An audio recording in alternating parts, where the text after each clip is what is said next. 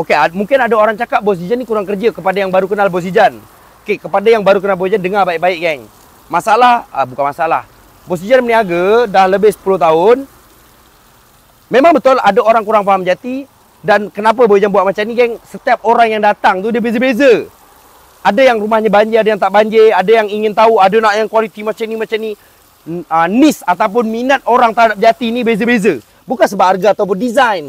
Keperluan dia pakai nak letak dekat mana. Sebab jati ni terkenal tahan. Tapi bukan semua jati tahan.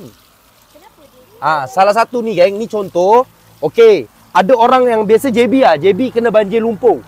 JB, Ulu Langat, Selangor, Shah Alam kena banjir lumpur. So, diorang biasa pening. Ada juga yang jati yang ada finishing, hancur tau. Maksudnya colour dia rosak. Bila kena banjir, rosak colour dia. So, ni yang kita nak tengok dekat sini. Nanti aku nak letak time lapse. Okey, colour dia belang. Sekarang ni separuh air, separuh tak. Betul? Tengok, colour belang dia boleh hilang ke tak? Sebab tu ni kita cuci pakai glow. Ambil glow. Bagi glow, hantam. Kena berus terus. Pakai glow, kita tengok. Colour dia boleh berubah tak kotoran. Sini ni campur lumpur. Ini parit lumpur. Pondok usang.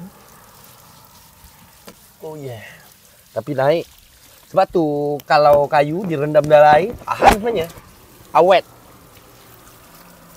Tapi tengok jenis kayu. Tengok jenis kayu. Kata Wak Debet, I tak biasa kotor-kotor macam ni.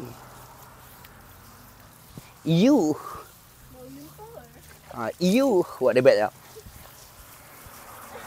Saya biasa wangi-wangi je. Kenapa dia gelap bang? Rendam? Separuh rendam air, separuh tak? Separuh terendam dalam air, separuh tak. Biasalah tengok, bau timbul. Tahan tak tahan kayu, banjir.